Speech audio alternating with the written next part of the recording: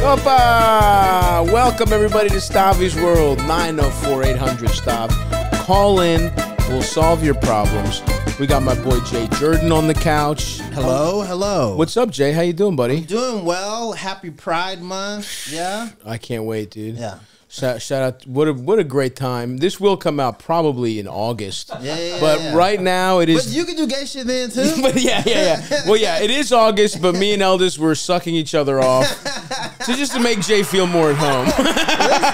When every time I say I'm thankful for the Greeks for inventing homosexuality, I'm grateful for lemon on meat. That's right. I'm grateful for statues. We came up with a lot of great stuff. Mykonos. Yep. They were doing. I might go to Mykonos just to celebrate. You should go. That is true, man. I mean, look, even if you're homophobic, right?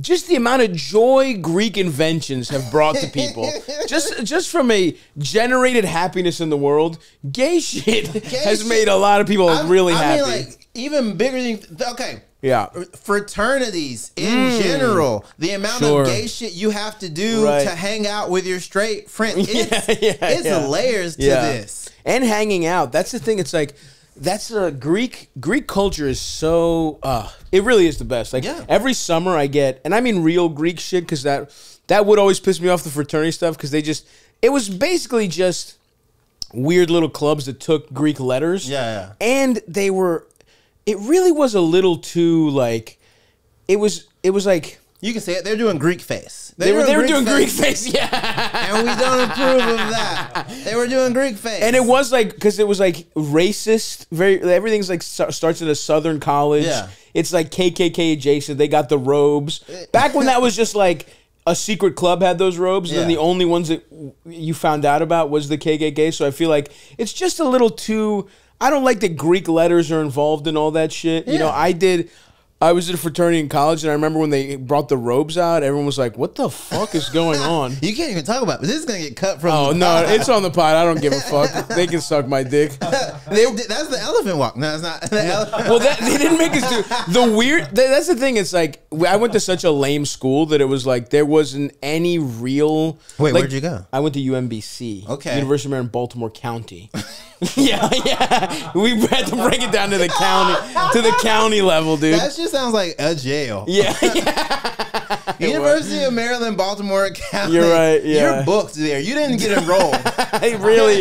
It was such a bullshit school, but it was the only school I got a scholarship at, and I couldn't live at home. Football? So, no, academic. Oh yeah. I was like, yeah, Jay can tell I'm finally someone who respects my athletic prowess. Wow, I took that seriously immediately. It didn't even take me 1 second. That was funny. You were like so close to me, like, well, you know, I did play, Jay. Thank you for seeing. Of course, I was a starting nose tackle, but no, it was actually my academics that did it. I had that summer where, like, in middle school, you're like, man, what if I grow up and I become an NBA player? And you have that one summer where all your friends get to be like 6'1", right? And you're like, oh, it's not me, dude. I was not chosen. I remember tryouts for I played middle school basketball. And then you go to high school, and it's like I got cut like before anyone even tied their shoe. Like, they blew the whistle, and they were like, jog around the court once, and then they blow it again. They're like, you out. It was just every short fat kid. Hey, how you pronounce it is Halkias. Halkias, you're out. Yeah, dude, it was fast. Me and all the other fat short kids just fucking hitting the cafeteria, getting one of those little pizzas, one of those little personal cafeteria pizzas. I love a fat point guard though. Fun. If you're like running like a pickup game and there's like a shorter, like rounder dude who's like a floor general. Love that, dude. Somehow behind the back pass, even though their arms are fat and stubby. That's awesome. Also, and not fast, but like quick. Not fast down the court, but just like one jab, step agile. away. Yeah. Agile, yes. No, that was my playing style was my pickup style was a lot of picks. Because I weighed 300 pounds, right? So it's like even like a 6'5" guy who's like 200, they would just run into me like a fucking wall. It felt awesome. Yeah. And then a lot of little little ad before my knee, before the weight of your knees, what you do to your body. Because I definitely that was my move. I mean, we're at that age where we can start doing the old man tricks. It's happening, to dude. the kids at the Y. Oh yeah, pulling the chair. A lot of bounce passes. Go, look at that. Yeah. Yeah, dude, I can't wait to. I've set a fitness goal after I tore my plantar fascia at the Skanks Fest basketball tournament. I decided I need to lose. Were you the only person injured? There probably were a lot more injury. I was the only obvious one. Yeah, unfortunately, it was Ari Shaffir walked away unscathed. Steve Ranazizi walked away unscathed. It was just me. Brendan Sagalow somehow didn't even get injured, but it was just me. I was like, I gotta lose 100 pounds before I play basketball again. And I'll tell you something, Jay, we haven't quite made it to that. We haven't made it there yet. We haven't made it there yet. But I have to, because I can't let Skanks Fest be the last time I played pickup hoops. I used to love it, dude. That was my favorite shit in the world. God, what was the team breakdown at the tournament? Yeah, how do you go? Is it East West? Is it like only? It was all podcasters. Okay. It was like it was supposed to be Come Town, but they didn't go. Okay. So I think Lewis just found 2 black guys. Yeah. It was like, well, what happened is he started a fight. Yeah. On the street. Yeah, and the joke was, this is Come Town. It's me and 2 black guys. So I was just playing pickup with 2 guys I didn't know. And we didn't even win, which sucked. They were tall too. They were like 6'4". You're like, Lewis, how'd you screw this up? Yeah. But which is a funny bit. It's one of those things that's funny in theory, and then it's like, well, I have to play a whole tournament with these guys I don't really know. I didn't want to play it.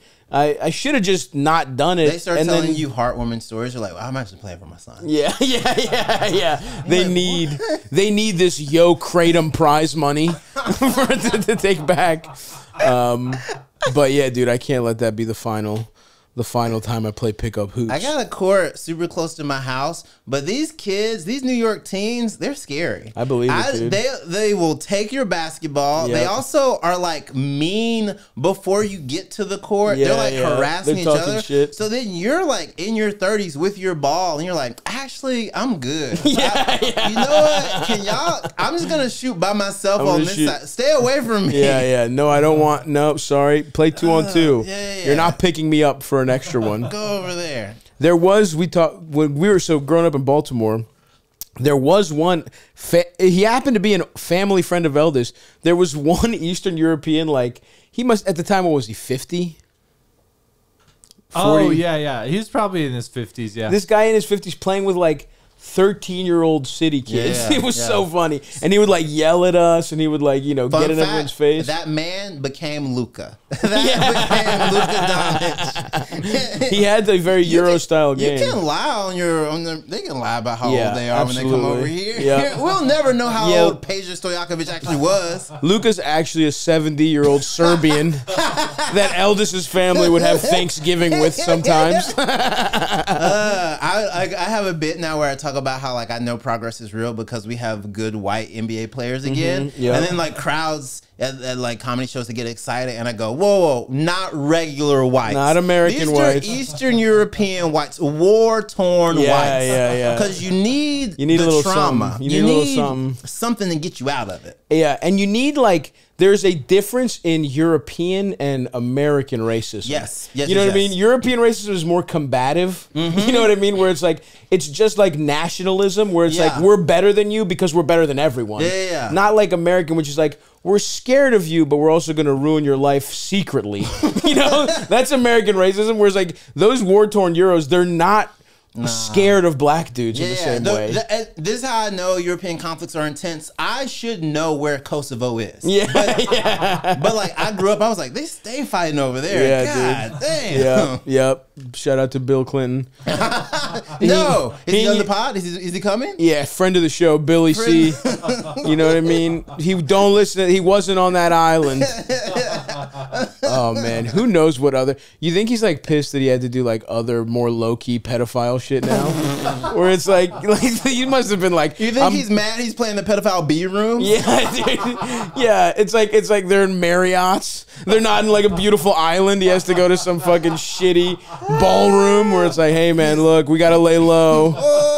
We can't do pedophile islands right now. Another pizza place. Okay. Oh fuck.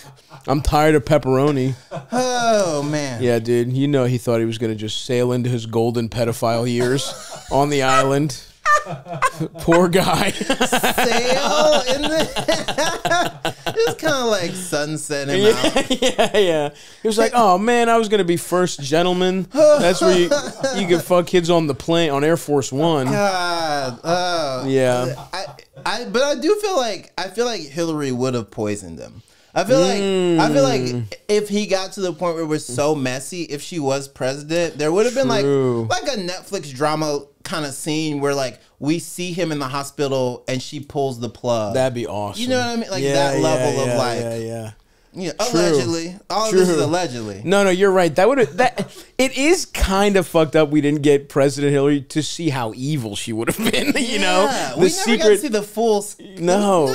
They were just killing people when he was governor of Arkansas. Imagine what they would have done if they got second chance at the White House, dude. After Bush gave him all that spying apparatus, dude. Oh, man. Hillary with all of Bush's spying...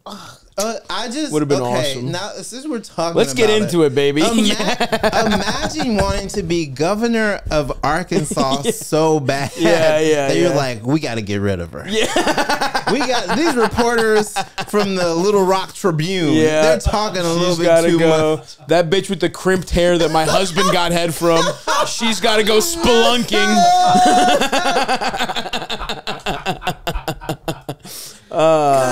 Beautiful, hilarious stuff. He was also so fat back then. It's funny to see people start being evil before they reach their final form. They made fun of him for being fat. People who weren't alive during the 90s don't know this. They like made fun of him for being fat. So then like he went on this fitness kick where like he'd be going on walks and like short shorts and stuff. Yeah, like he would him do, and Al Gore. Campaign stuff. Yeah, which is wild because if it was right now, he'd be like, yeah, I'm fat. What's up? Yeah. Well, he wasn't even that fat. This is the 90s. This is when George Costanza was the fattest man alive. So Clinton... Because he was not... Look at him. He's just a little pudgy. Look at these legs. Wait a second. Oh, there he is. Oh, Eldest. These legs. Yeah. He had him out, bro. He had the thighs out, bro. That's crazy. That's the president, bro. The president had 1 inch inseams, bro. His nuts were hanging out. God. Wow. Those are the shorts that like they put on American apparel models when they were going to assault them. He's putting on Terry Richardson? Yeah, he's putting on Terry Richardson shorts, bro. Those are like rapist photographers make you wear those. And literally we're looking at a picture where he's jogging with the army. Everyone has longer shorts in the army than him, except one woman. Whoa, wow. I'm not even going to lie. He had them things out. He had them out. Gams. The gams were out. Ooh. And they're not that good. They're not that good. But like a president can't do that now. No. Remember Obama was hooping in like tucked in long sleeves and long pants. We talk about old hoopers. Yeah. Tucked in shirt, long Adidas pants. Yes. They couldn't even mic him up because you know he said nigga a couple times. You know he did. Oh, he had to. If I'm Obama, if I really want to throw off my opponent, I'm getting real street there real he is, fast. right there, the third one. Yes, absolutely. That's true. And you know what he should do? Whisper it into a white guy's ear. Because he would never believe. No one, like, dude, Obama called me the N-word. It's like, no one is going to believe you, man. He called you a neoliberal? No. He called me the old M-word. You know the one we were calling him? He called the classic one. God. Classic stuff. Yeah. Oh, he's wearing some shorts in that one, I guess. But he's tucked. He's got it. He's got lift. But he does have that old guy style where he lifts his knees up too much. Yeah, he tucks his knees. Tons of like mid-range jumpers. Yeah. Like He's also coaching you. He's telling you. He's trying to set plays. You're like, this is pure ISO ball. Okay, man. I don't care. Yeah, it's so funny. Yeah, I wonder.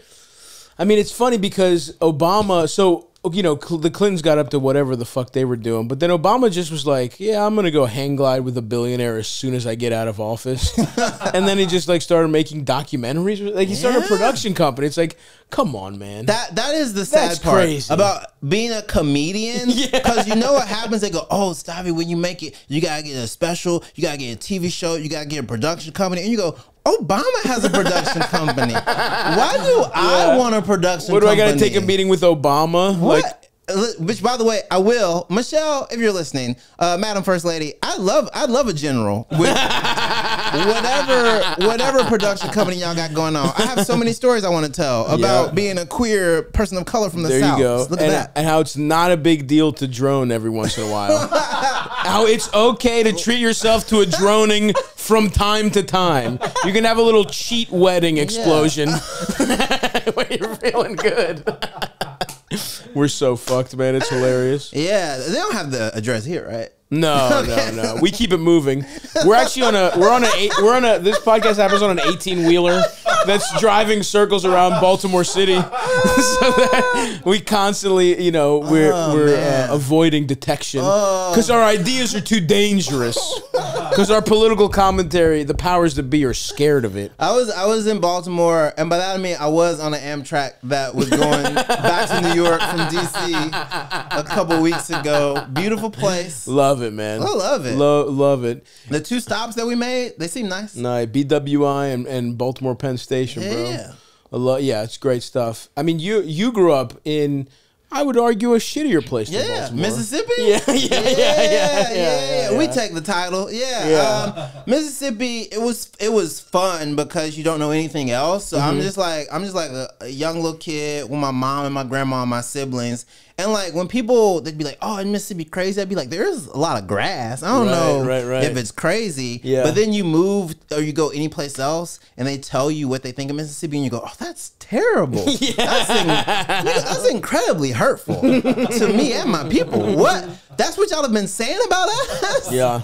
But so what was the setup? Just a big ass house? So it was a house. It was some country shit. So it was like a house that my granddad built, and then like the house kind of like right next to it was where my great grandmother lived. So we kind of had like a little like that corner of like the street was like our house, my great grandma's house, and then my like cousin, like her, like you know how when you have older cousins but you just treat them like aunts, like that, like my aunt, like Linda, she had a house and her daughter, and so like we were all there. I'm so with you because I don't know why American people. That's an American thing to call like your, I guess, parents' cousin, or like your parents. Like they're your second cousin when it's like no, they're my aunt. Yeah. You know, like I always found that out weird. Of respect, they get placed in like auntie territory. Because Greek people straight up call them aunt. Like we have there's no difference. Like you have to go like 3 or 4 levels of family. Because like I don't know, I like Greek people cousins. You're so close. Well, you grow up with cousins. Yeah, cousins are like everyone get in the picture. All the cousins stop picking your nose. An aunt is taking the picture. Yes. Like exactly. So basically, you had like a little family compound. Yeah, almost. It was fun. I mean, like I went to church. All the time, Sundays, then twice on Sundays, and then on Monday there was like this like kind of like thing that they could like you could go play basketball at the church rec center and like get food and like they'd also like be like, oh, there's stuff on Wednesday for the kids, and my mom would go to Bible study on Wednesdays. So like she was going to church a lot, and then my mom was a teacher in kind of like a school district that was better than the one we lived in, so she got us to go to that one with her. So I was always around her. Which was like nice. Yeah. But also it makes you gay. I was going to say that. Listen, moms, if you love your boys too much, it might make them queer. If you don't love your daughters enough, it will make them fun for men later on. It's a very delicate balance, you know? And then if you have moms that really love you, you need a dad that's sort of in the picture that just takes enough of your self-esteem away. And then what you'll get is sensitive guys who still are technically straight. Yeah. Like me and Eldest. Yeah, the technical is doing a lot of the lifting. Because it's just the equipment Against still all works. odds, we're straight. Even though we had moms who were the only people that loved us. Well, no, but that's also like a very well, this gets back to like, and you talked about it in your special a little bit, being like folded into whiteness as Greek people is like jarring, because like you'll be like, I'm not white like y'all. I have a different Easter. I don't know what. I don't know what kind of shit y'all are on. For sure. But we eating goat, so I don't know. Goat's great, by the way. We like lamb, whatever. Lamb's awesome. Whatever. Goat's great. Tuna, whatever y'all are eating. Yeah. That ain't us.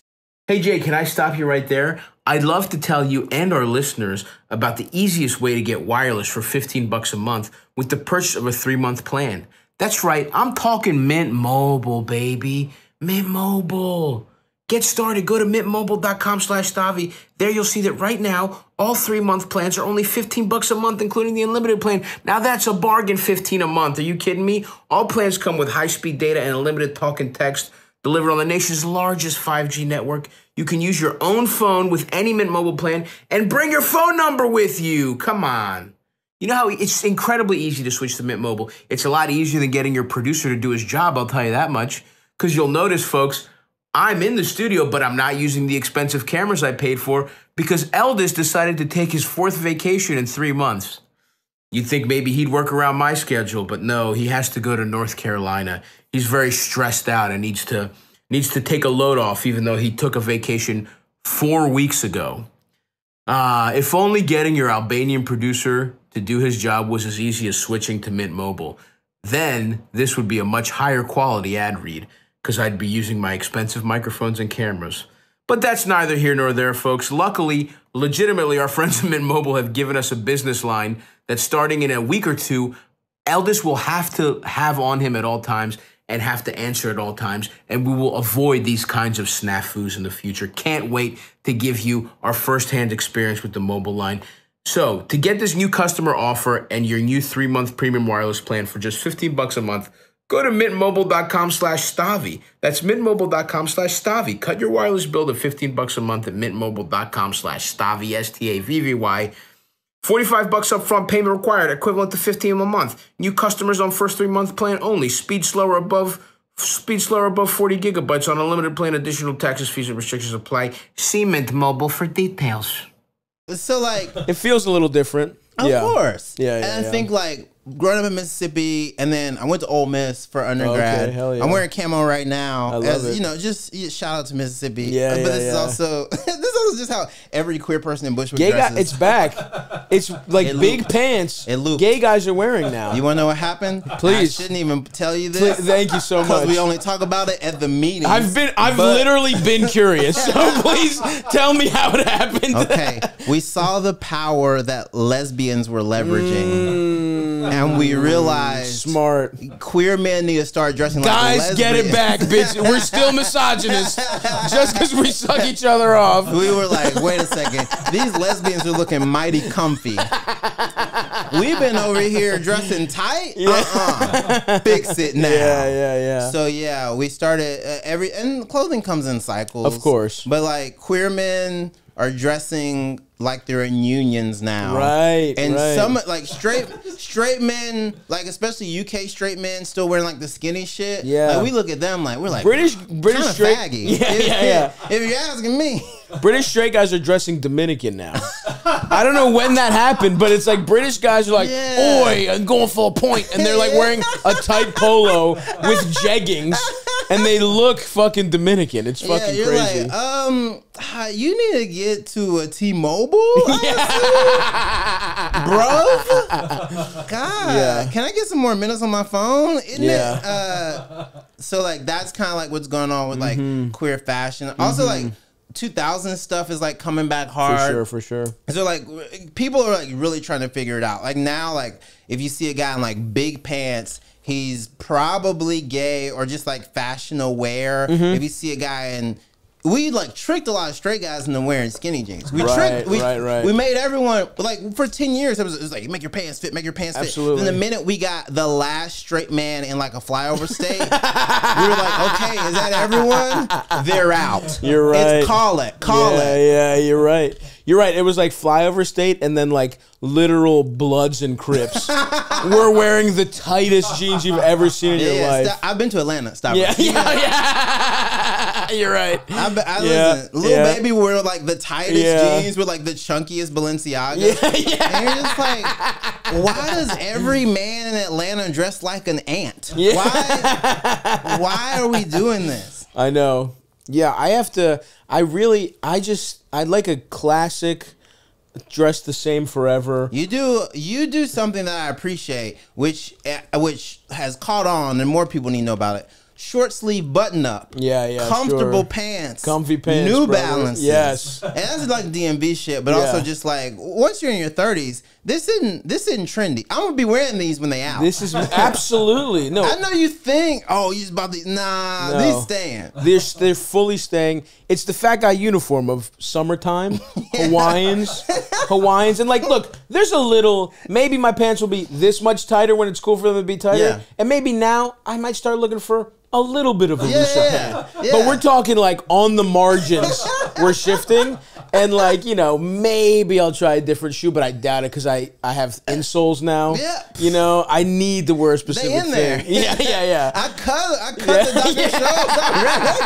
Show for this shoe. I'm not taking them out and putting them in a fucking loafer. I'm wearing my newbies, baby. Yeah. I'm an advocate for finding your uniform, but then again, it's a specific thing. You have to find your look and stick to it. And what's tough is that like even if you find a new look, the first time your boys see you, at one point earlier this year, I tweeted out, "Happy coming out day to all of my queer siblings and any guy trying a new outfit for the first time in front of his friends." Because straight men, the minute you change one thing, they go, "Oh, hey man, you don't think country western Sula got it a couple times?" This motherfucker started coming out, and look, that's a good look. Yeah, but we had to shit on him for changing. I had to get some Wranglers on eBay for a few years there. How this was going, vintage Wranglers. I had to get those pearl buttons going. You know why that works? You're like a taller dude. Women now, they've been watching a lot of Yellowstone. Dude, who do you think? You think it was his idea or his wife's to dress that way? It was never the shift did not happen because of Elvis. Women, straight girls, they will. What happens is, they'll watch a man on TV and they'll like start squirming on the couch. They'll be like, "What's going on?" They'll be like, "Hey, honey, you need to start looking like this." Yeah. So whenever I close my eyes, it's not that big of a jump. Yeah, dude. And they did love Yellowstone. I still need to get me a cowboy hat. That's true. Yeah. They're a real cowboy hat. I know. That's some coin. That's some money. I was in Jackson Hole. The good sturdy ones are crazy. They're like a few hundred. Yeah, dude. And people will be like, "Oh, I have like a couple different colors." I'll be like, "Just for a cowboy, you can't even wear that inside. Not if you're a gentleman." Yeah. You gotta take that out every time a lady comes by. Elvis is a fucking ruffian. He doesn't give a fuck. Oh yeah, you coming into town, guns ablazing. Yeah, dude. He's never taken off his black hat. Yeah, I guess I always do think of Mississippi as fully like barefoot. You're wearing fucking like canvas. Listen, you know what I mean, with a rope belt. Hey, in some parts of the Delta, you're not wrong. So I mean, like, it's wild because there are parts of it that are so destitute that they'll be like, "Oh my gosh, God answered our prayers. We're finally getting a Dollar General." And they'll be like, you'll be like, "What?" Yeah, dude. You know you can't buy anything fresh there. They'll be like, "They got Vienna sausages." Right. They're good till the expiration date. The fresh canned stuff. You don't get it. Yeah, you don't get it after it's been through everything. You don't have to take a layer of dust away from it. When you go to your grocery store and the canned goods expire that same year, you can't be in that grocery store anymore. That means they got them a few years ago. Oh, yeah. They've been through the ringer a couple times for sure. So I grew up in Mississippi. I went to high school there. My high school, it was like 80% black and then like 20% cool white kids. Because like when you're like a white kid that goes to like a school like in Jackson, which is the capital, like if you're in public school, by the time you get to high school, your parents were like, nah, they can take it. No, dude, fully. You know, Baltimore. Yeah. Everyone, like, they had so many Greek kids went to Catholic school. Yeah. Which we are not Catholic. Not at all. Because they were like, there was literally a war where the churches were like, that ain't the shit we're on. There's an ecumenical schism that their parents decided to ignore just so they wouldn't be around black kids. Like, that was literally, like, we grew up around so many people that were like, wow, we got to send our kids to private school. But we went to and you'd see them go broke. This happens in Louisiana and Alabama and Mississippi. You'd see like these like lower middle class white families go broke having to send their kids to like private school all throughout, like from middle school through high school. And they'd be like, yeah, you're taking out loans to send your kid crazy.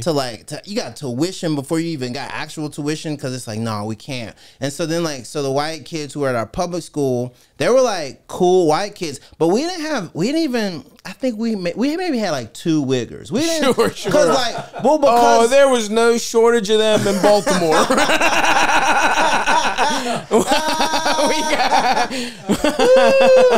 Wow. Yeah. What? Is this? Are you wearing? Okay, a do-rag? Okay, yeah. You know, it looks great. Knowing I didn't have the word for code switching, but you better believe we knew a lot of experts in code switching. We would just make fun of them. It's like, come on, dude, just talk how you talk, man. Talk how you talk the whole time. My first thoughts about Baltimore, my first like viewings of Baltimore were like just 2. So it was the Ravens, like Ray Lewis era Ravens, course. And then because I was a theater kid, Hairspray. Yeah. So not John Waters in general, but Hairspray specifically, the musical. So there was a part of me that like whenever my first interactions or first viewings of Baltimore were like that, like basically the Ravens and like a musical about racism. I was like, so Baltimore, it's kind of like Mississippi, but with crabs. No, you know what? Sort of like musical racism is kind of really on the nose, where it's like, the hero is a non-racist, but there's plenty of racists there. You know what I mean? Fat girl. Yeah, hero, fat, non-racist. Fat girl. Well, that does bring a whole thing. Maybe she had some ulterior motives to wanting black guys in more white spaces.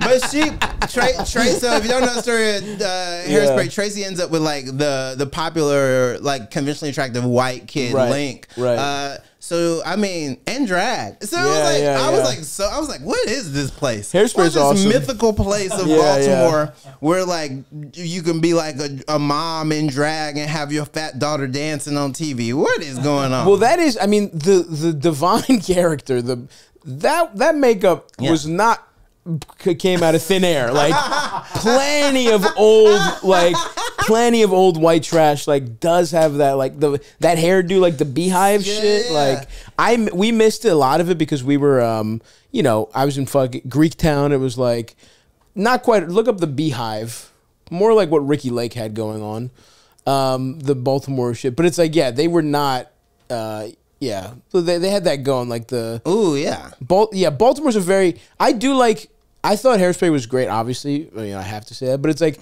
because it is a weird city. Yeah. Like, it's bizarre. And it's like, obviously, John Waters is an insanely, his shit is strange as fuck, like, when he really goes off the deep end. But he's trying to make a conventional-ass movie there. But I like it because it does, like, Baltimore is strange. It is kind of artsy. It is, like, a little fucking weird. And so that's a much better...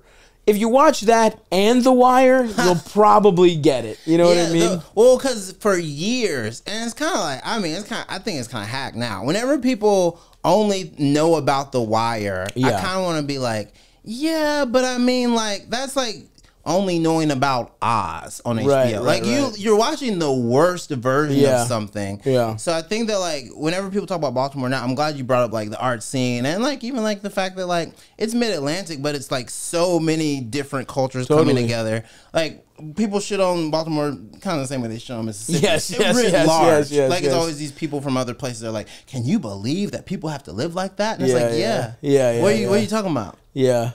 No, I do. I mean, it is. I do love it, but it's like I don't want to fucking live there anymore. Obviously, I think you probably feel the same way about Mississippi. There's no clear path to do a bunch of stand up in Mississippi. Yeah, that's true. Yeah, I mean, like, or other art shit, right? Or, like, I mean, maybe you could do some murals. You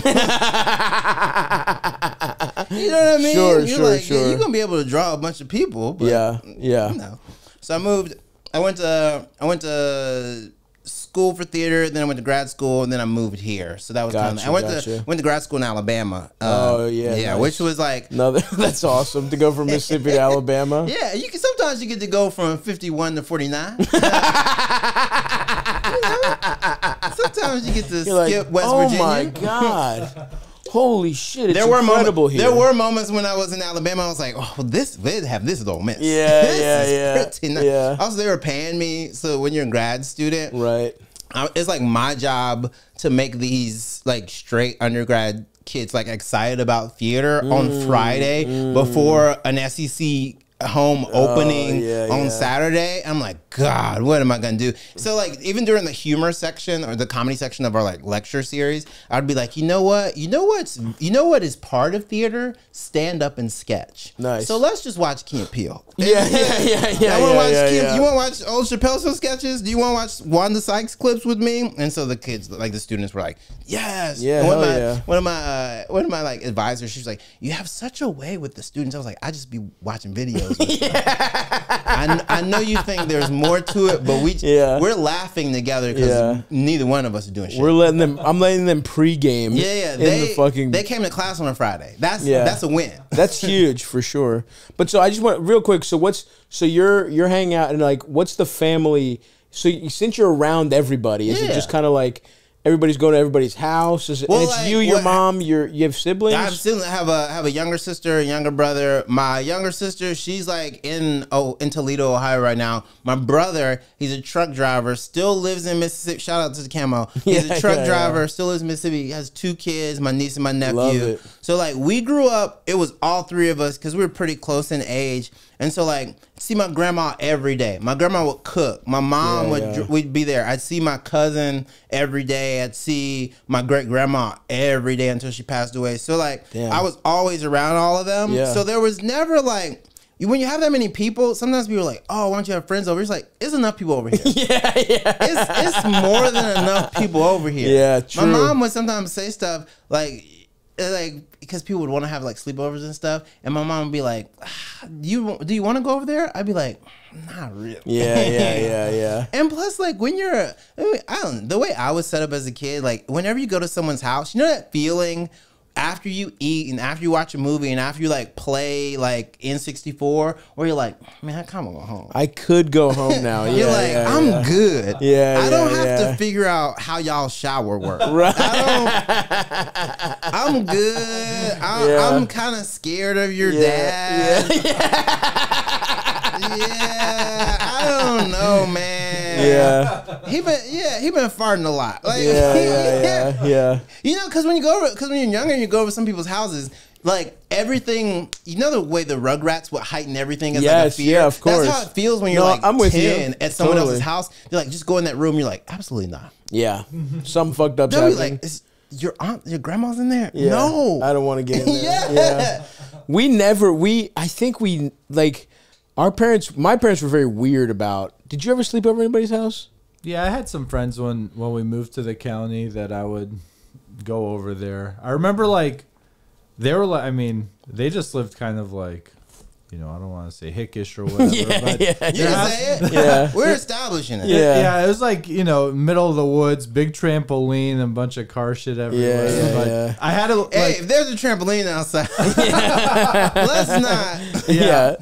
But you know, I remember I would go over there and sleep over, and they had like such an aggressive dog that would just like go ape shit on everyone except like the mom, the dad, and my friend. And I had to like go outside, wait on the front porch for them to bring him down. No, for them to like bring him in and feed him. Oh my and then God. they like put him back outside after dinner. That's and then like insane. we'd have to wait outside for them to like take him to the bedroom for bed. We had a kid like that. Town mongoloid. but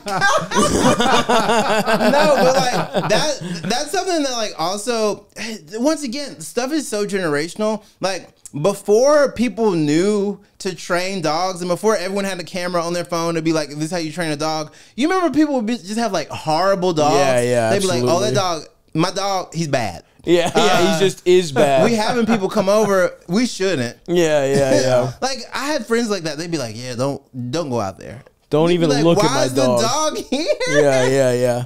No, that's true. I mean, my parents were so scared of us sleeping over that I'm like, did I get molested and forget? I really think that sometimes because they were that scared where they were like they wouldn't let me sleep at Elvis's house. I mean, eventually when we were like almost in high school anyway, I feel like we had a couple sleep, but it's like I couldn't sleep over my best friend's house. A couple times they let people sleep over at our houses. Yeah. So I'm like straight up. And then I'm like, did my dad get molested? And that's why he's like this. You know what I mean? Like, cause he was not like a good dad, but he was so, I mean, he was okay. But he was so scared to let us like stay anywhere overnight where I'm like, did some old Greek guy in the 50s just, watch him a little too often. You know what I mean? The term is pederasty. Yeah. And it was an apprenticeship where you learn. Yeah, my dad did. That is, okay, hold on. My dad dropped out of high school at 14 and was an apprentice to a woodworker. Did he go real Socratic method with it? That's the Socratic method. It's teaching a kid a trade and sucking him off. God. So that's it. So I have a lot of, because they were so scared of us, of sleeping over, and it was mostly my dad, like, which is very interesting. I'm like, did some fucked up happen, and I'm just. I mean, there's also a little part of it that is like, just like. Part of American culture is like sleepovers, movies, the mall, and like sometimes like immigrant parents and parents who don't want to like deal with that shit. They're like, we're not doing that weird ass American. No, shit. that's a good point. Because that's how you get spoiled ass, entitled American ass kids. Yeah. Who like don't take care of you when you're older. Yeah. You know. Yeah, coin flip. It's the fourth quarter. Time to make a comeback. Wow. Oh, and those old people, they're like, you know what? You don't take care of me, you don't have a country now. Yeah. Talking about that incredible deal for wireless has made me really work up an appetite, folks. But I don't want to cook. I want delicious, nutritious meals ready to go in my kitchen right now. Holy shit, lucky for me, I got Factor meals in my fridge as we speak. You know I'm on a little fitness goal, okay? No big deal. I'm down 40 to 45 pounds since February. And honestly, a big part of that has been my friends at Factor Meals, okay? When I come up here to do, I've been in Baltimore. When I come up here to do podcasts, I've been ordering some of their meals. They're delicious. I've been doing Calorie Smart. I even dabbled in keto. When I really want to hit my protein goals, they got Protein Plus. Whatever you're looking for, they got delicious meals. Restaurant quality shit. We're talking filet mignon, shrimp, salmon, the good shit. Enjoy effortless support for your lifestyle. Choose from 6 menu preferences to help you manage calories, maximize protein intake, avoid meat. Not me, but maybe you, or just eat well balanced. Head to factormeals.com/Stavvy50 and use code Stavvy50 to get 50% off your first box plus 20% off your next month. That's code Stavvy50 at factormeals.com/Stavvy50 to get 50% off your first box plus 20% off your next month while your subscription is active. What a steal. Fuck, dude. Yeah, that's fucking interesting. I love the idea of like, that is very interesting. Your brother being just being a truck driver with kids, and you're a gay dude in an interracial relationship in Harlem. It's like, it doesn't get much he came to the wedding, and I was like, he came to my wedding, which is like almost 2 years ago.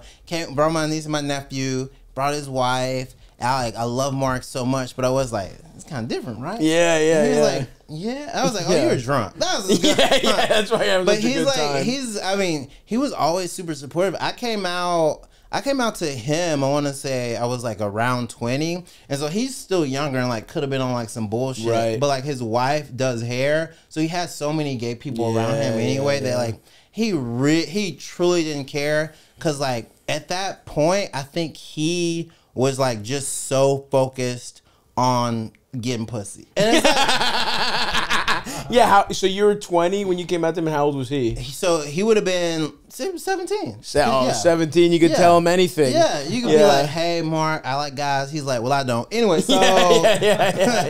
So he took... My sister, she was like super supportive. My mom was like so chill. I didn't... Interesting. Churchy as hell and still supportive. Here's what happens. Yeah. So the story isn't nearly interesting enough when you come out and nothing... And like that doesn't happen. Totally. So like...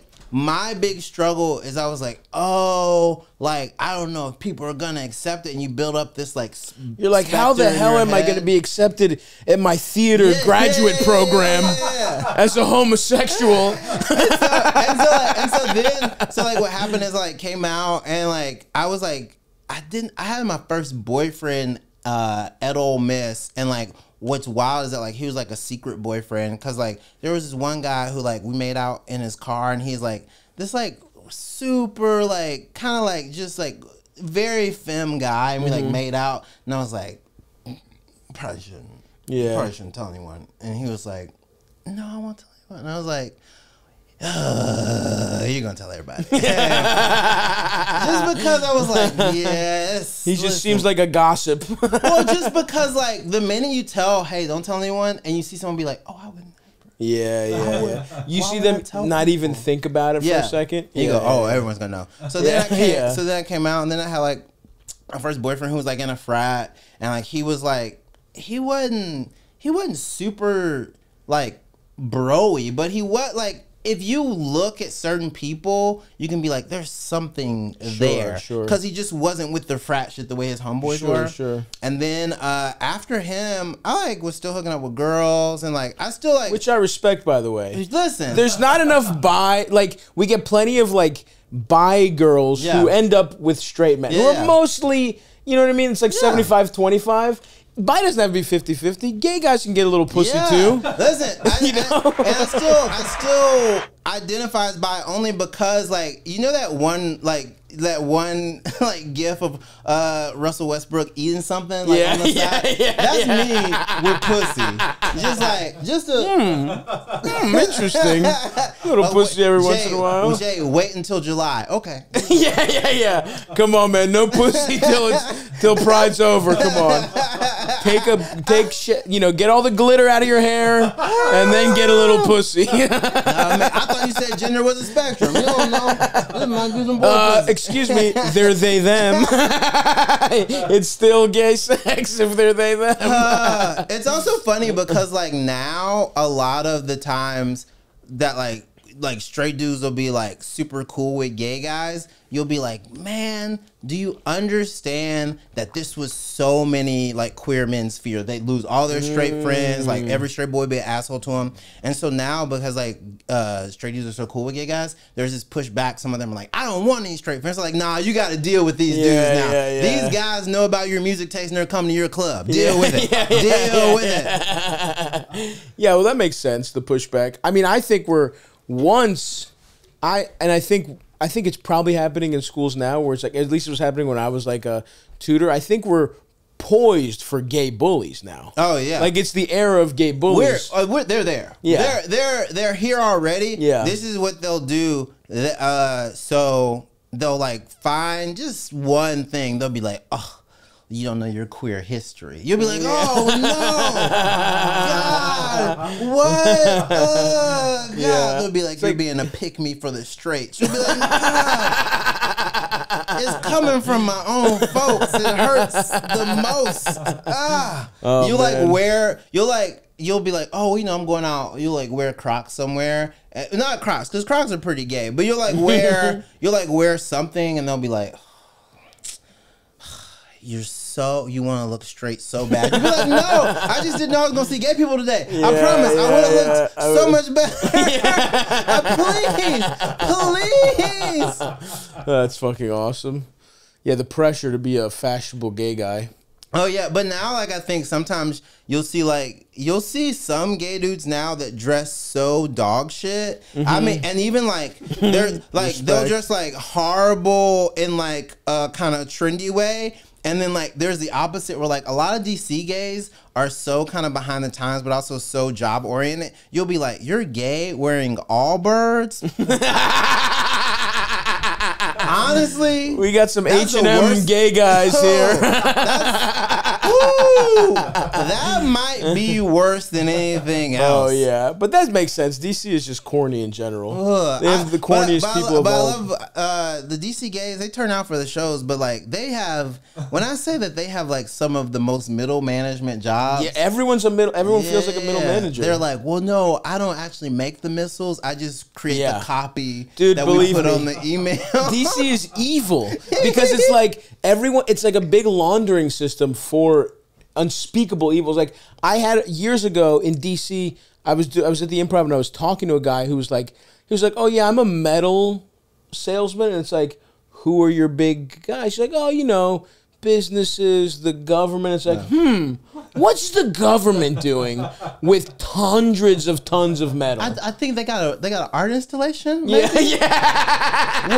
What do you think they're doing? Yeah, and it's like it's just like so many people could just be like, oh, you know, this plausible deniability of like I'm not part of some horrific machine. There's truly a guy who's like, no, I just like create code for video games. And it's like, no, you're making drones. Yeah, you don't know you're making drones for sure, because you just think you're like programming Call of Duty shit. But like it's true, you're like putting people in the simulation to blow up places. Yeah, no, it fucking sucks. But yeah, I mean, listen, but don't come for us because I still like going to DC.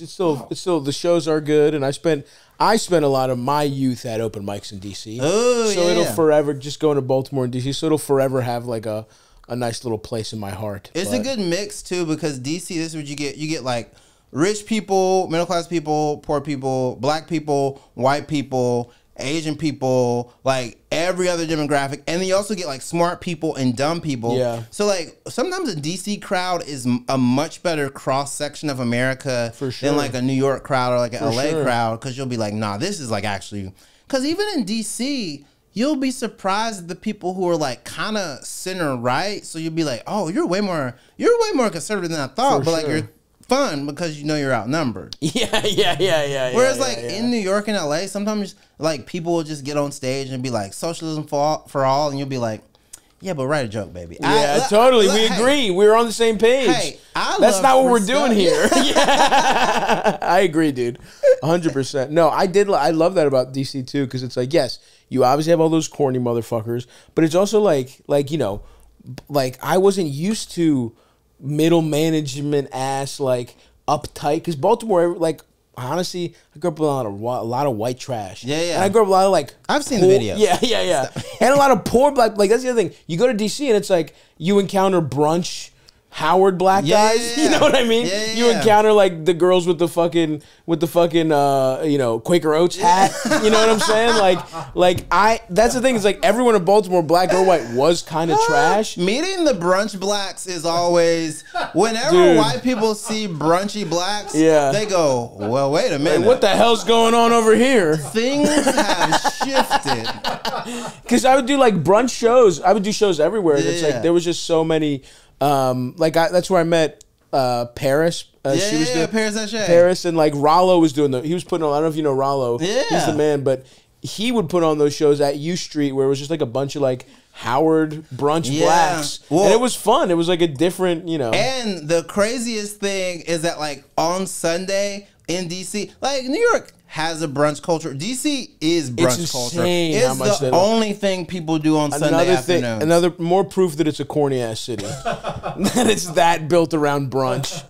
Yeah, you'd be like, is everyone just okay? Yeah. Whenever I was just at the DC Improv, and the wildest thing about that specific location is like everything is so close to the Capitol. In a way that you don't think about. You go, oh, that's probably somewhere down there. You'd be like, oh, no, it's like right here? Totally right there. Yeah. It kind of makes you go, I see how they pulled off January 6th. And I'm not, I don't agree with it. Close, but it's like, when you see it, you go, yeah, I can jump that. Yeah. I can climb that. Yeah. You see why they were thinking and that. Maybe that's why there's so many middle management people around DC.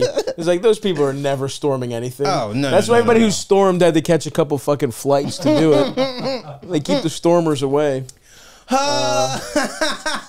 That's awesome though, dude. Yeah, no, shout out to DC. Sorry we disparaged your city, but that's so you just went straight from the South to New York. You've been here the whole time. Yeah, I've been here the whole time. I knew I was gonna probably end up in a bigger market, and so like what happens is I sold my car, and when you sell your car, you kind of decide that it's New York. Yeah, true. Because like you sell your car and you get some money, and then you go, wait a minute, oh yeah. Not LA. But yeah. Burn the ships. Yeah. Sail and burn. Yeah.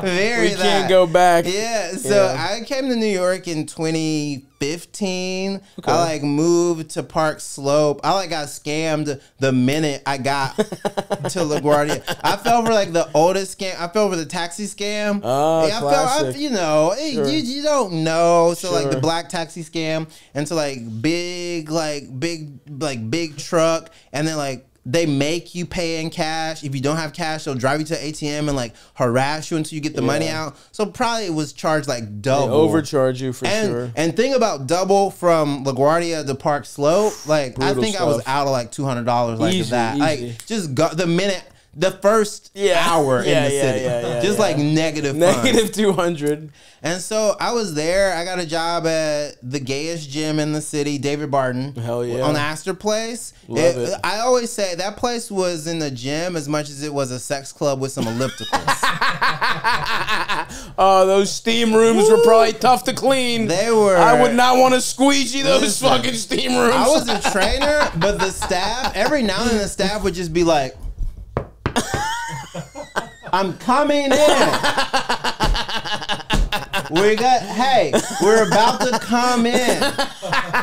Everyone, just so you know, I'm coming in.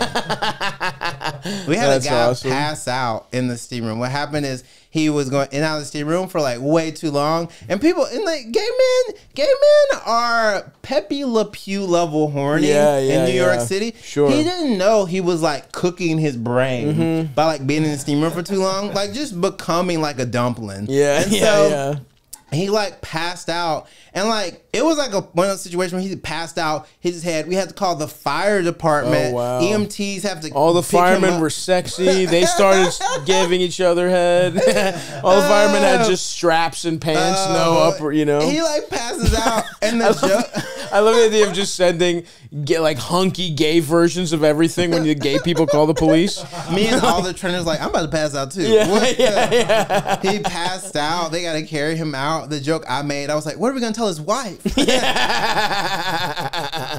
Anderson Cooper worked out at that gym. Love it.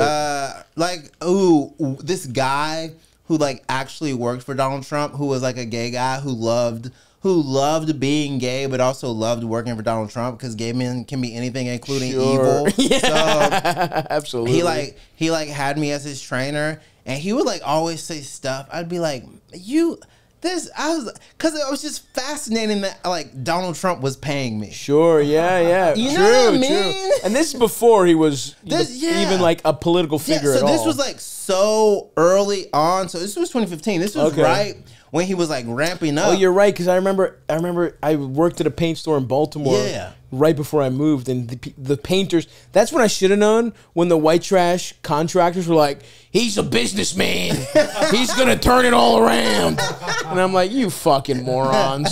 You're like, did you say slate gray? Yeah. Okay, man, okay. So like, that like Donald Trump, the guy who worked for him was like paying me and another trainer, and he was so gay, like just like a gay dude in New York City. I think I like worked with Donald Trump for a number of years on like the Miss Miss USA pageant. Hell yeah. And so like I was like, man, this is a wild. I was like, do you actually think he's gonna win? He was like, I think he has a chance. I was like, man, you're crazy. Right. Cut to me being like, whoa. Yeah. Wow. Yeah. Oh my gosh. Was he a good client? No, he was terrible. Yeah. He was just an old man who just was horny all the time in the gym. And like I was like a young, fun to talk to trainer. Sure. I had a lot of rapport because I was not a good trainer.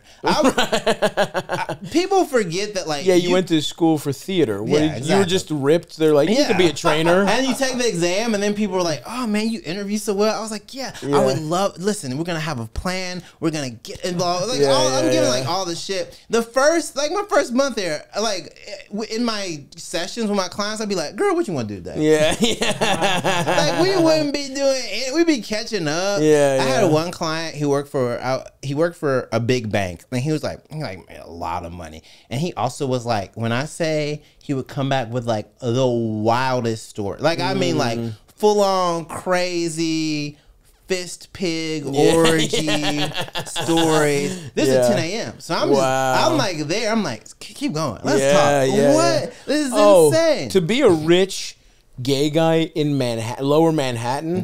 Beautiful stuff. Oh my! You can probably do whatever your sexual desire is, no matter how base. You can find it. Easy. This is the place. This is the place. You listen. I never had Nepalese food until I moved to New York.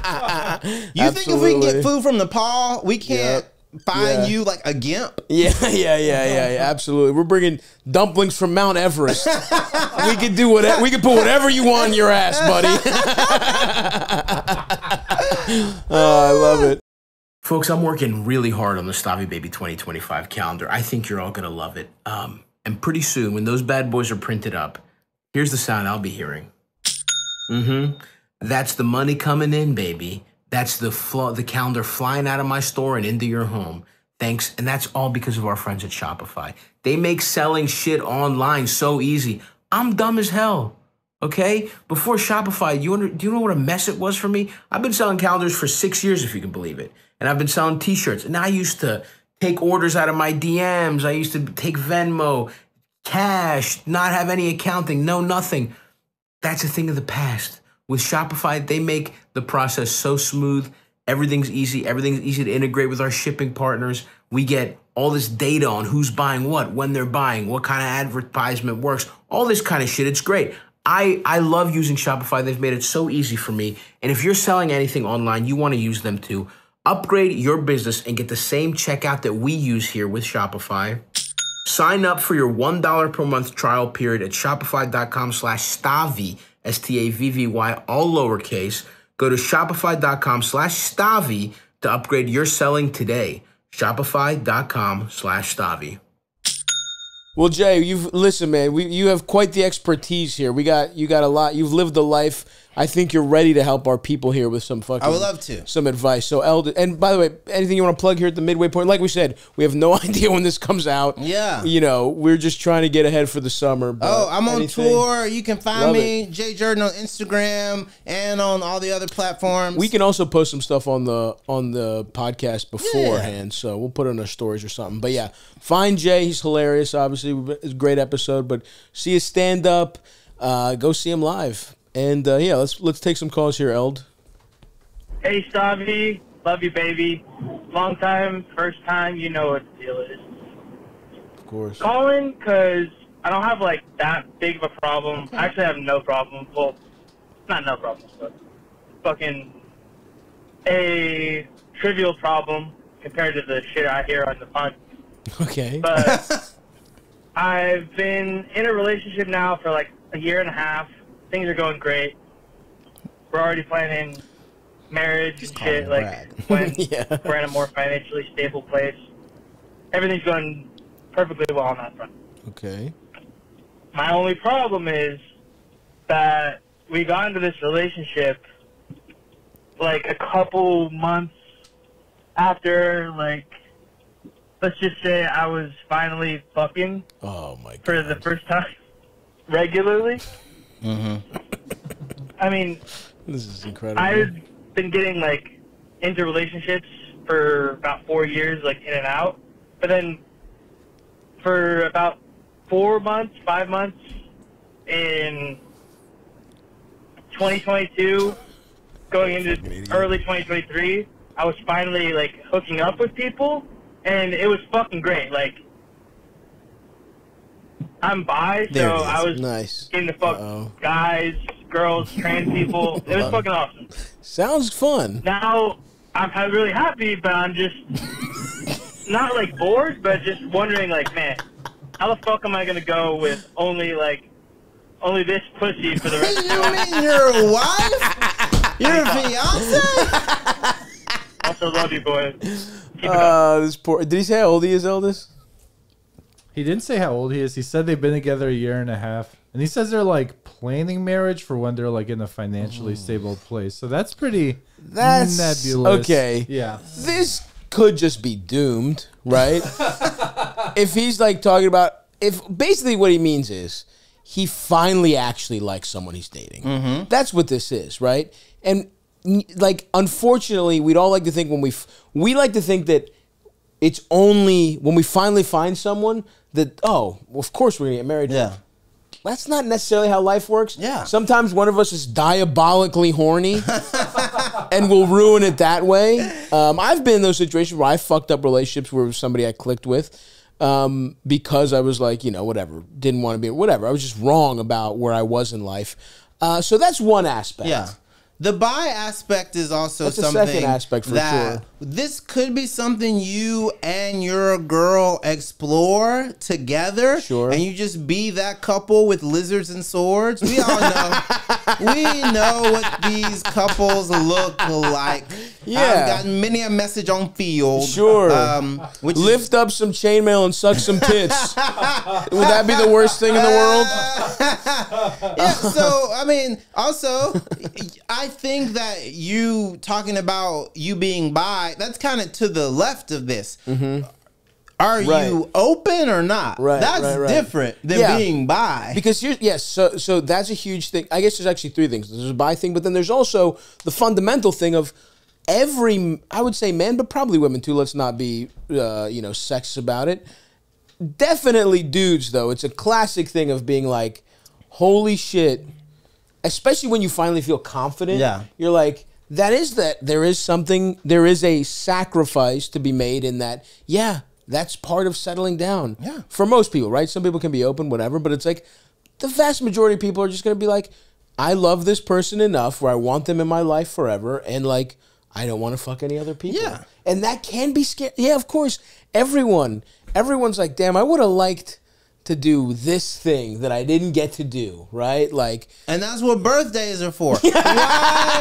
Why aren't you thinking that you get one? Right, every 365 you get that one. Seems fair. That seems very fair. As a horny bisexual who's now married, why don't you this actually, I don't know why I'm even talking. Yeah. But also, first of all, I need to see a pic. Yeah. Secondly, I would say that like discuss these feelings with your fiance, or I guess your longtime girlfriend. Talk about this with her. Maybe don't say I'm gonna be stuck with this pussy the rest of my life. Maybe say something like, "Hey, I'm making sure that we're committed to each other," and also have a bunch of threesomes while you're engaged, so that you guys aren't like messing things up too bad. Right. Like, you seem like a fun dude. You also understand. He like understood. He was like, this is trivial compared to some of the stuff people call him with. Right. Like, he understands this isn't like stressful or anything. He's just kind of curious. Yeah. So I say, like, have a conversation.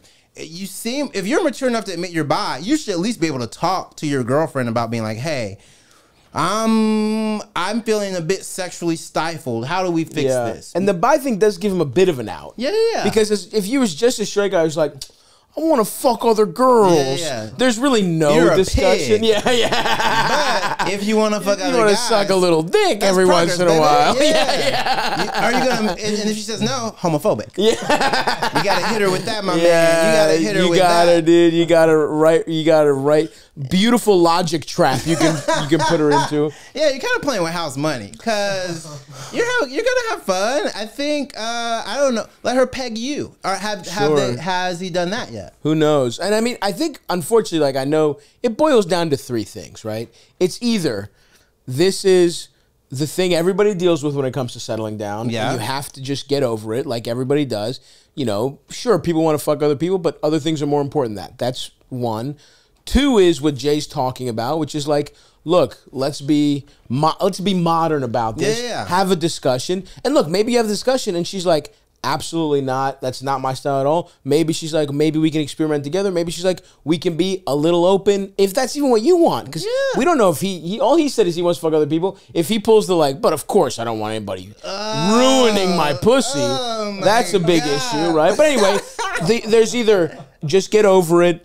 There's and open, or there's honestly the third route. I know this is kind of reductive here, but these three things are, or maybe you are a little immature, and you do really like her, but you guys are all you're talking about is you've been dating a year and a half, and you have plans to someday get married, depending on finances. It's like, look, man, I've seen how things are trending for this generation. The finances ain't getting there, brother. All right, if that's the thing that's gonna stop you, you know. So you might just not be ready for it, right? So you have to search your feelings and think about which one you are. And I would like to think, now, the second path is a slippery one, though, because some people just aren't into it. Yeah, but you also get to discover that. If you think, I can handle being open, when you're next to someone really putting in that work, if you start to go, maybe I'm not into this, or maybe you're like super into it. So this could be a burgeoning film career for him. Sure. Right? You could become a cinematographer. Yeah. That's the only way Gen Z is going to make money is through sex work, by the way. So maybe. Absolutely. Yep. Videotape your girl getting just absolutely pounded. But yeah, dude, this is a classic dilemma, and you just have to really search yourself and figure out where you fall. And look, yeah, man, sometimes there are your glory days, but it's the same like anything. It's like, it was cool. Like, for example, it's cool to think about when you played high school football. Yeah. It's not cool to be a 30-year-old man playing high school football. Yeah. You know what I mean? Like, you don't want to be 30 in pads. Yeah. You might. It's cool. You know, you had your glory days. You can think about them fondly. You think Stavvy don't want to go back and play middle school basketball? Dude, right now I'm the same height.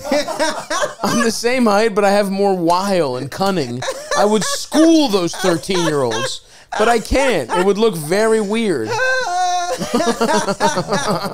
God, great. I mean, good luck, brother. Great, like voicemail, and you seem so cool. Like, just know that, like, you got a couple things you got to reassess with, like, your lady. Yeah, for sure. You know, this seems fun. This seems light. You're in a good spot. Yeah, and send pics. Yeah. What else we got, Eld? Stavros, precious man. Hello, eldest. Hello, guest. I have a question that relates to practicality and morality. Okay, interesting. Sex, which is this. I don't know if I'm getting something like addicted to sex workers. Okay. That's probably extreme, but I've been seeing a lot of sex workers recently, and it's funny because I've been told I'm an attractive dude. Well, by them. They also say you're very strong. And that your dick is big. Wait a second. Is this a 2019 camera? Wait a minute. I've been told the waitress thinks I'm really funny. All right, go ahead, Elders. I've been told I'm an attractive dude, and I have something going on well for myself, and then some big old dips in my self-esteem and shit. But I can afford it financially, and I don't know if there's some kind of Christian bullshit in me that says it's bad to see sex workers, and that's why I'm worried about it. Or if there is some actual peril in the long run, like you get hooked on it and then don't get off the boat. But again, especially if you can afford it, no problem. Just flexing. Then you're almost it ain't tricking if you got it. Getting yourself locked into a thing. And so I don't know. What's your take on seeing ladies of the night? Oh, pro. It's awesome. We're hugely pro ho around pro here. Ho. We're hugely pro sex work. Sex work. But still, I want to hear about what his relationships outside of these interactions are. Yeah, because here's the thing, man. There's nothing wrong with it. I really, truly, and we're joking around, but I really don't believe there's anything wrong with it. But like, I was addicted to ice cream. You know what I mean? Like, you buy it in a grocery store. There's nothing wrong with selling it. There's nothing wrong with buying it. But it was ruining my life.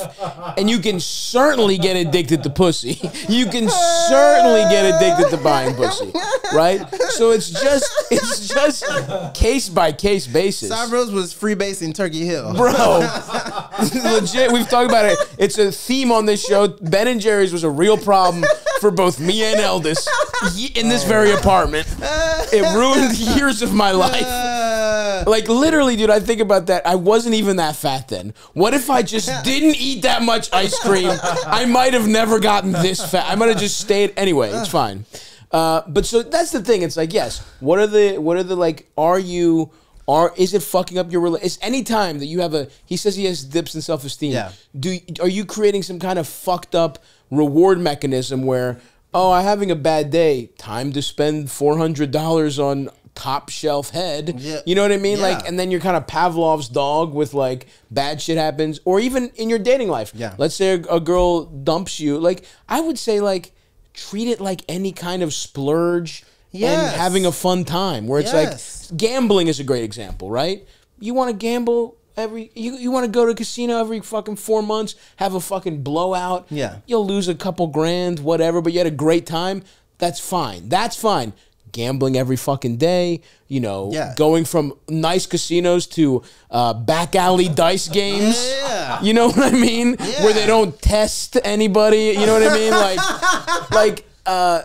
That's where it starts to be a problem. So it's like, treat it like a fucking fun little splurge, I would say. And have friendships, have relationships with people outside. We didn't hear he talked about being told he's attractive and he's funny, but then he dips in self-esteem. You kind of need to be engaging with other people who aren't involved in a transactional relationship with you. So I mean, for sure. If it's just like having friends, doing anything other than going to see a sex worker to make you feel better. That's going to a movie. That's that's literally anything else. And can we work on these self-esteem dips, right? Because like, I've definitely, like I said, lots of different, I've abused substances, drugs, food, sex, whatever it is. Like, when I'm feeling low, anything, you can get caught into a fucked up little cycle. And this is certainly one of those things. So it's like, you got to get out of that little cycle. Yeah. Because are you breaking plans to do this? Right. Are you like changing the path of your day? Are you leaving work a little early to like, that's when it starts to get into this is like territory I'm not comfortable. And if you called and had the question, it's very telling. I think there's something definitely possible there. It's like, I don't think it's puritanical bullshit to be like, well, he says it's not a problem if you can afford it. It's like, but like, you are you affording $500 every once in a while? Are you affording, you're like, well, $7,000. Technically, I can make rent. Like, there's levels of affording it, brother. Like, are you treating it like it's like chemo medicine your insurance won't cover anymore? You're like, well, I will make ends meet to go buy pussy. So that's what I'm saying. Is like, there's different levels of affording it. Are you putting some of these girls through school? Yeah. At that point, you're a benefactor. You're an angel investor. Which is good. Good for you. But again, that's the thing. And this is a no judgment zone. So you're not getting any Christian bullshit. But listen, any judgment out of us. It's post-pandemic. everyone in here knows a girl who bought a pair of scrubs online. Yeah. Because she wanted to make some. Like it's yeah. Like and these we're not like grandparents. We don't care. But like you have to have a life outside of hooking up with sex workers. Of course, for sure. But yeah, dude. So yeah, search yourself, search your feelings. Let us know how it's going. And send pics. Send pics. Yeah. Who are these? What city are you in? Who are these girls? Yeah. What's up, Stav? Elvis? Yes. Love you guys. All right. So I'm calling in because I have a problem that I think is near and dear to your heart, probably. You've talked about it a bunch. I am a married 34-year-old female, married to a man for about a year. Love him. Best relationship of my entire life. One problem, my husband has not brushed his teeth for years. For years? Many years. Probably like 8 years. Brushed it? Oh. What? We've gotten into a lot of tips about this. Probably one of the first things I noticed about him. Wait a when he second. moved in, I was like, dude, where's your toothbrush? But it's been since day one. Like, I've known about it. Still married the dude. Love to kiss him. Whatever. This is insane. But I just don't know what to do about it. I've offered to go to therapy with him. I told him I need him to do this for me. I've tried everything. You can't get. I have. This is crazy. Gone ahead and gotten him toothbrushes. Nothing works. I mean, I feel like I don't fucking know what to do. He has the mental health issues, but like we kind of work through them together. I tried my best. Anyway, I'm rambling, and all right. Let me know what you think. Thanks. Bye. God damn, man. What? I mean, the self-esteem on our caller here. To be, like, look, I was a late comer to traditional teeth brushing methods. Okay? It just skipped us. My mom never made us brush our teeth. And I literally was 30 years old when I started but it literally was like, I was a little younger than 30. It was literally having a girlfriend that I was like, oh yeah. I had that exact conversation where she was like, where's your toothbrush? And I had to be like, you're like, what? Oh yeah, I guess I left it on the road. And then I had to buy one, and she sees me like not knowing what to do. I'm like swirling around my fucking face. You're like the beast learning how to eat oatmeal. It keeps falling out of my hand. I'm like, God. This is fucked up though, because I also feel like, look, you're married. He's in his 30s. Like, part of it is like I had fucking clear dental issues. I lost a tooth. Unrelated. Unrelated for the record. We know this. It's a legend in the city.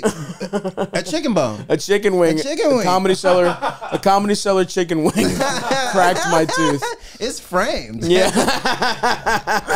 I was sitting in that little weird zone above the fucking Fat Black. The Fat Black, the lounge upstairs. In the shadows. In the shadows. Where the Phantom of the Opera style. Yeah.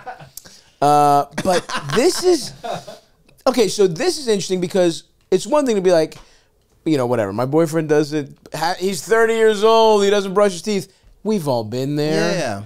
But listen, I bought it, once I started, because here's the thing, it turns out it feels good to brush your teeth. It does. I went to the dentist, and I was just like, I got a cleaning, and it was so fucked up that I was like, well, I'm never missing brushing my teeth ever again. Like, I was bleeding so much out of my teeth. Well, because they just take metal and scrape it against your teeth. And your gums. They had to like they had to like numb me and like get under my gums. And shit. It was so fucked up. Well, the wild part about this is she's done the work. She's bought the toothbrushes. And kind of just, ma'am, you're going to have to hold them down. There's something...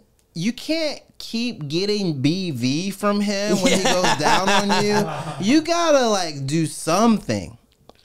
Yeah, I mean, is he just rinsing his mouth a lot? This is gross. I mean, it does become gross. Because you didn't even say it's gross. You know what I mean? Yeah. I don't know what he's doing. Is he like just going through packs of Trident? Like, how is... She says he has some mental health issues, but they've worked through them together. That's not how that works, man. Yeah. I'm worried because this is kind of like the canary in the coal mine type thing where it's like, look, it's bordering on a problem because like oral health is tied to a lot of other types of like, you know, like if you have a fucked up mouth, it can fuck up your bloodstream, all this kind of shit. But let's just say, for the sake of argument, it's not the biggest deal in the world, right? He used a little mouthwash, whatever, his breath on his mouth, whatever.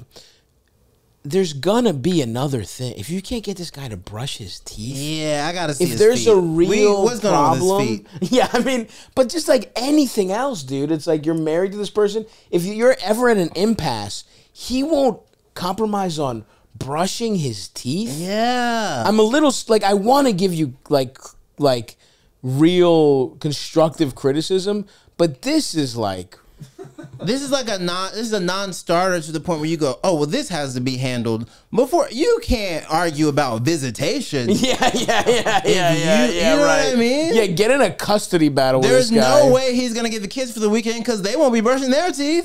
We know that. Damn, day one she's known and still married him. Wow, 8 years. What else is good about him? Like, he must be awesome. I mean, it seems like she's aware of the podcast. Yeah. You know what I mean? These aren't people who are holed up somewhere. No. Jeez, I don't fucking... Like, I guess let's think of it. Do either of you... You're both in long-term relationships. How would you approach any habit? See, it's hard because it's like, thinking of it, you think of a reasonable person... And they would at least attempt it, or I don't know. Is his argument it's a scam? Is he like that's what Fauci wants you to do? Right. What is to brush your teeth? He just doesn't want to. Like he literally is how a child approaches brushing his teeth. I will say I knew someone in high school who like this isn't like high school though. I know, but it's not making it excusable. But he was talking about how he literally like didn't really brush his teeth, and everyone in the class was like, "Oh, that's weird," whatever. But he was like. Yeah, I just don't brush my teeth, and he said like it feels weird when I brush my teeth. It feels weird after I brush, and then I like run my tongue over my teeth, and it just doesn't have that feeling of whatever that feeling is that I'm used to. He likes the I just woke up in the morning kind of like fuzzy mouth. Yeah. Does this guy go to the dentist though? I mean, this guy ain't going to the dentist. Yeah. How is this guy going to the dentist? No, you're right. He didn't have a toothbrush. So it is. I mean, it is something like even this guy being an adult or whatever. I could see like him just being used to it if he's just used to like. I mean, of course he's used to it. Not doing it forever or something. And he landed somebody without brushing his teeth. Yeah, but she's some fellas fucked up. who brush their teeth. I like her. She's a friend of ours. She's calling in, but clearly something's wrong with her if she's letting this fucking guy get away. 8 years of not brushing your teeth. 2 presidents. Wow. And his whole life too, probably. I mean, I wonder. Oh wow, you're right.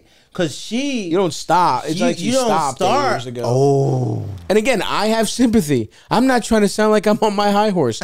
I did not start brushing my teeth regularly until I was 30. I get that. I'm not coming to you from an ivory tower of perfect dental health. Stavvy is a man of the people. You listen to him. So if I'm even weirded out by it, it's like I don't know, man. I think that you have to have a very like focused. But also like kind conversation and go, hey, there's so many things that could go wrong. Yeah. There's so many things about you that I love, but I need this. I need this more. This is going to sound immature, but maybe some sort of positive reinforcement. Good job, buddy. Yeah, you're going to have to put a treat in his bowl. I don't Well, like, I think let's start with the mental health issues, right? Like, this seems like an offshoot of that. Yeah. And she's like, I've offered to go to therapy. Like, is there some way you can get this guy in some kind of therapy? What are these mental health issues? The hard part for me, though, is like, what person do you know that's in therapy that doesn't brush their teeth? Here's what I'm saying. I have a feeling this is the tip of the iceberg. You know what I mean? Like, and here's the other thing. Mental illness just kind of compounds.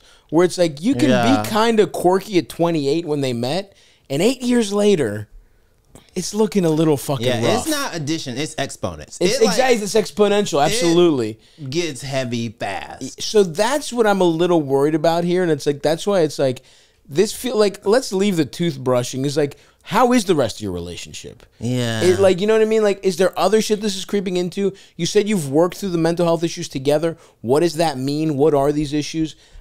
I think there's more for you to examine here, and I don't think we don't have an answer for the toothbrushing, but I also my gut is it's part of a much bigger thing here. Do it in his sleep. Yeah, right. Fuck everything I just said. Just fucking put him under and then brush his teeth every night. Do it the way they have to do tigers at the zoo. Put him under, trank dart him, and brush his teeth for him once a month. Yeah. Once a month is something good. Damn. Ooh, you know, you could give him greenies. Like, you know how dogs... Oh, yeah, they chew on shit and it cleans their teeth. That's a great idea. Give him a milk bone to clean his teeth on. Yeah, so you're in a tough spot, and I just think you have a little bit to think about here. I know you love the guy, but, like, take a holistic view. You said you want to get him in therapy?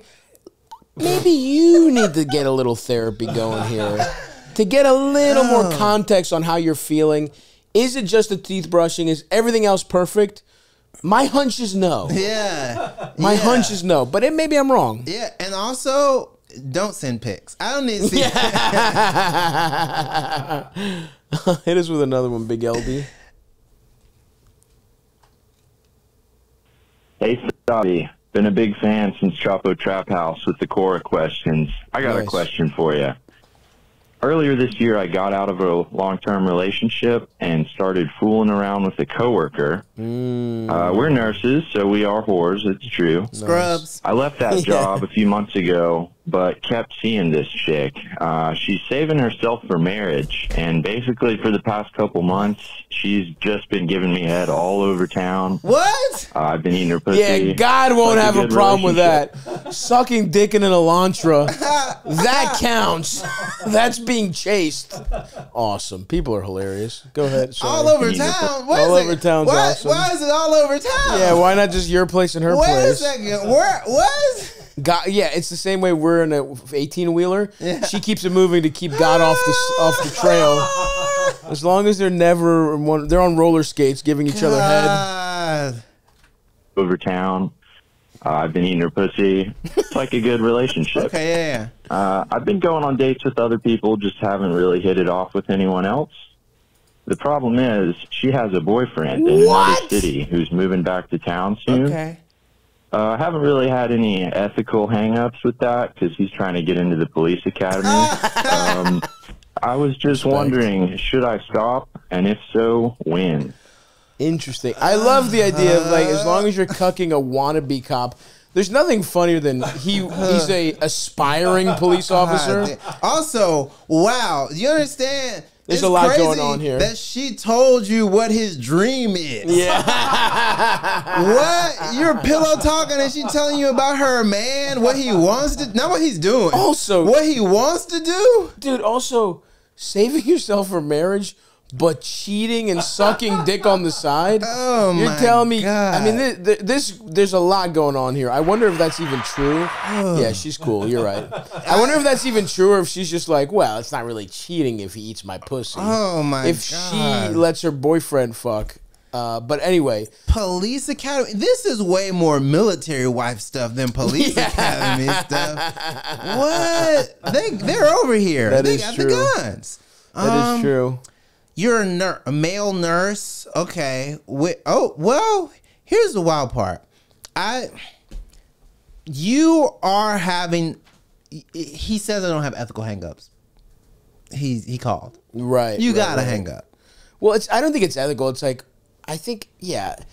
It's like, what is it ethical, or is it just like his self-respect kind of thing? Oh, okay. You know what I mean? It's like, it's one thing. But you're right. You hear it creeping into his voice where he's like, I just haven't hit it off with anyone. It's like he's semi-sprung. It sounds like this girl must be good at giving head. Yeah. She's not. She hasn't given up pussy her whole life. Yeah. You understand how good she must be at sucking dick to keep everyone at bay? How good that head must be? That's insane. in that what I can only assume is a very messy car. Yeah. Anyone who's sucking that much dick in their car, I know it's some chip bags in there.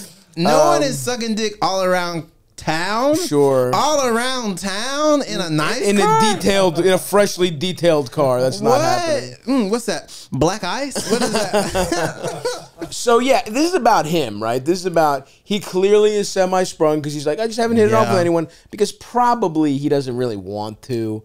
He just got out of a long-term relationship. Right. He's entering a situationship. So it's a matter of what you want out of this, buddy. Because it's like, you have to, if you're strong enough to not get feelings and just get some head from time to time, I don't see anything that wrong with it, honestly. Yeah. But y'all are nurses. Y'all have access to azithromycin. You can clear whatever it is up pretty quick.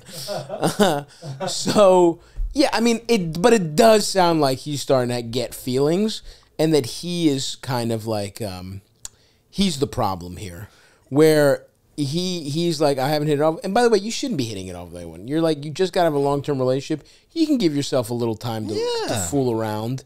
But just giving you advice as a friend, I do think you should probably call it off. Yeah, you should have one final blowout. Right. Like have one, maybe this time get head indoors. I don't know. Do something crazy.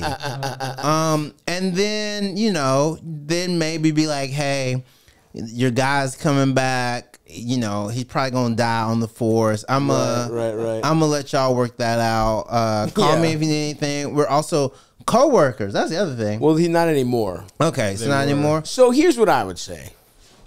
Cut it off. Yeah. But also, hey, man, if you got to keep her in your back pocket, hopefully you never have to use this. You never want to. Hopefully you never have to. But it's like, hey, you're not really dating. It's casual, right? Yeah. Just take her, bench her.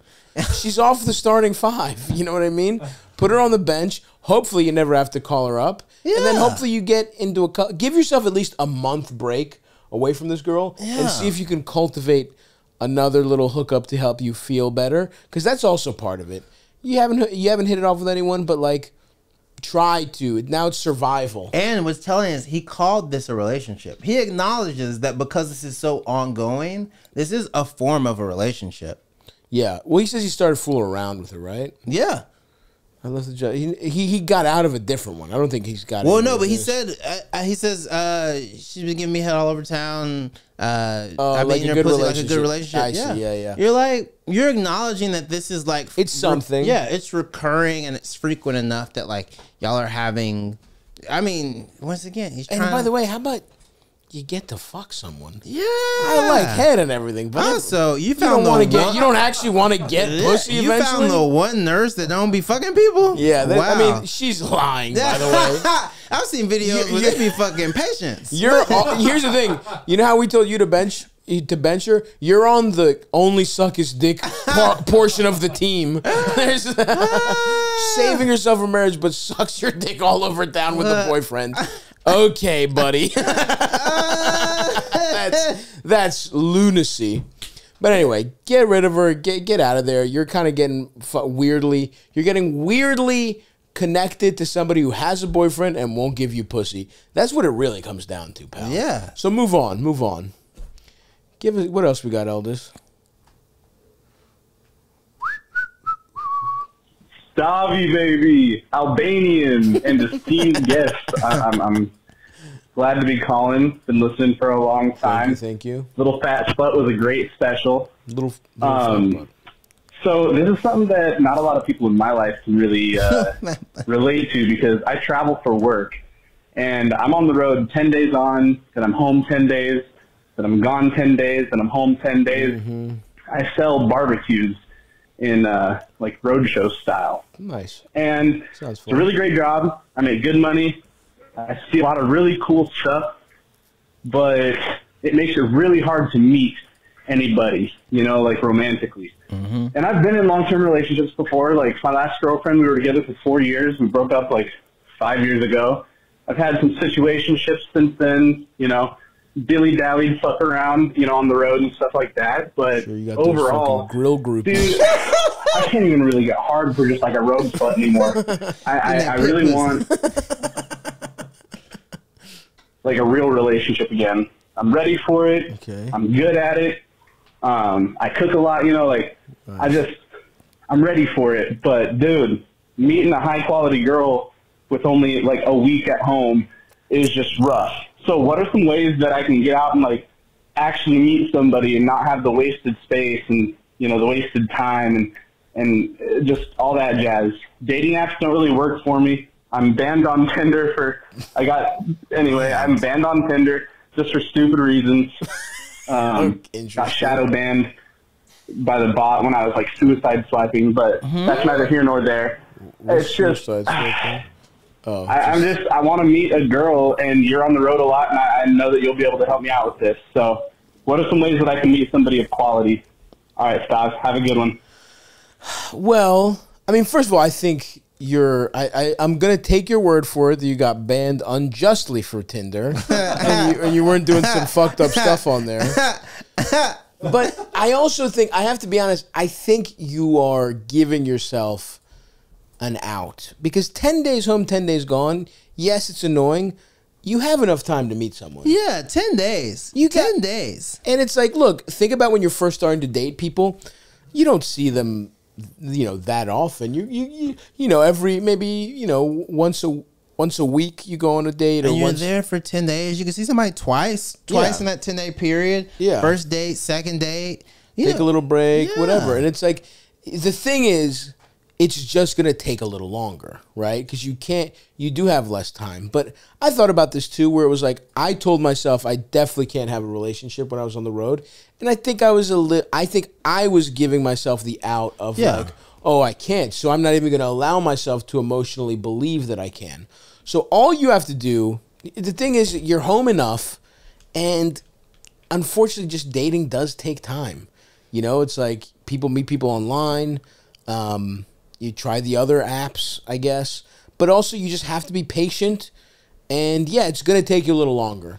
Because if you're only home half the time, that's just logistical problems, right? Yeah. And then once you get into a nice relationship, you know, you could take people to the fucking barbecue show. Yeah. Girls can come meet you. It's not that crazy. That was the thing I was going to say is, like, there is a level of kind of, like, fun to your job that there could be a couple of times where you go, hey, have you ever seen Arkansas? Yeah. And they're gonna be like, I'm good. I'm actually good. You're like, you got to see this part though. Yeah. So I mean, maybe take one girl that you've established a longer situation with, like on the road. Also, if you're meeting people and hooking up with them on the road, be honest about that, because that also might be what's holding you back a little bit. Yeah, exactly. It's like, because here's the thing. I've had this thought before, and then I'll go somewhere fun, and have a pretty sick couple weeks. Yeah, and then I'm like, wait,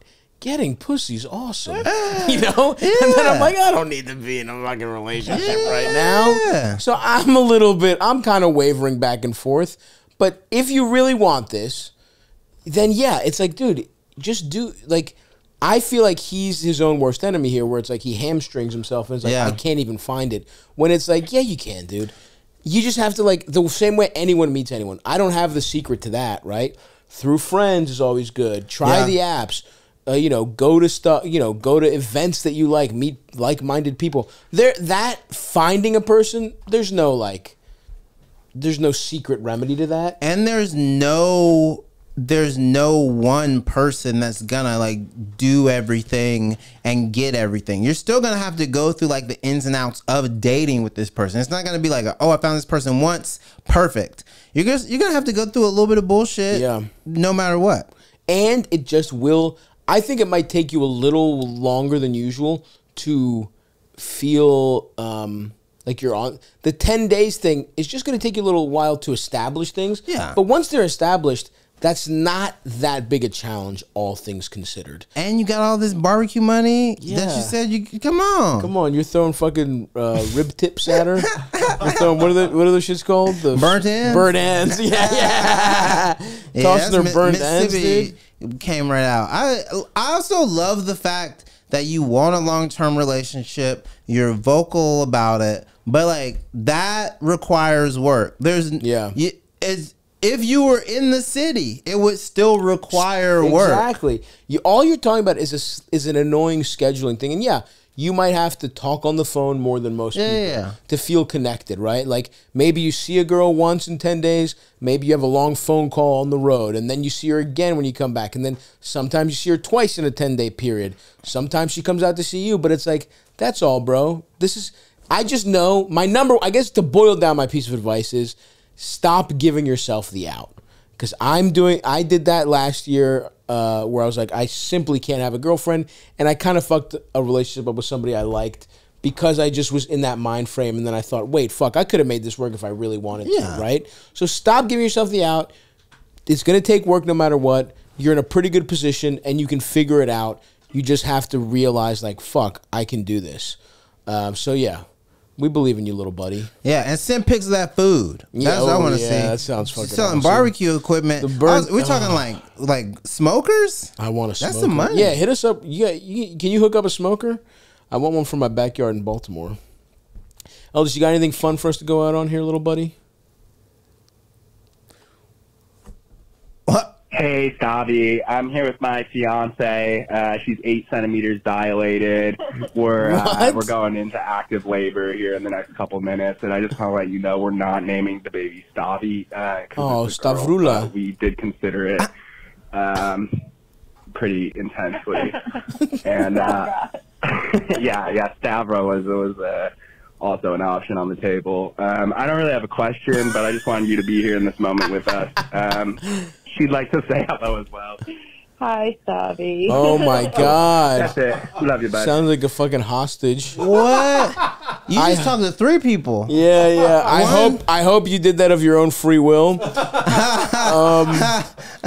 centimeters dilated. Holy shit. Well, look, you called in a month ago or 20 days ago, and this won't air for a few more days. But so the baby is 3 months now. Yeah. And we love her, and we're so happy for her. And yeah, elders, let's contact them. Let's get them some baby clothes let's get them some baby merch for their cute little daughter here. We'll get you a Stavvy's World onesie.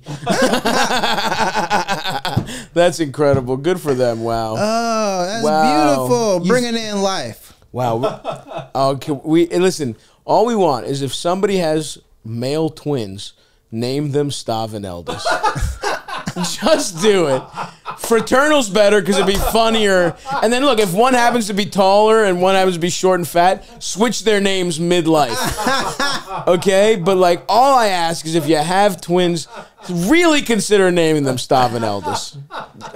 I will say that person calling during that moment, your wife or your baby mama, super cool. Cool. So cool. She's hey Stavvy. Yeah, that's it. Yeah. She didn't go put the fucking phone down. Nothing. What a warrior, dude. Yeah. What a warrior. About to give birth. Y'all found each other. That's beautiful. Yeah. Respect to you. Holy shit. I'm glad you called in. You made the show. Yeah. Let's literally contact them and give them some fucking baby clothes, man. We love you. Good luck to the baby.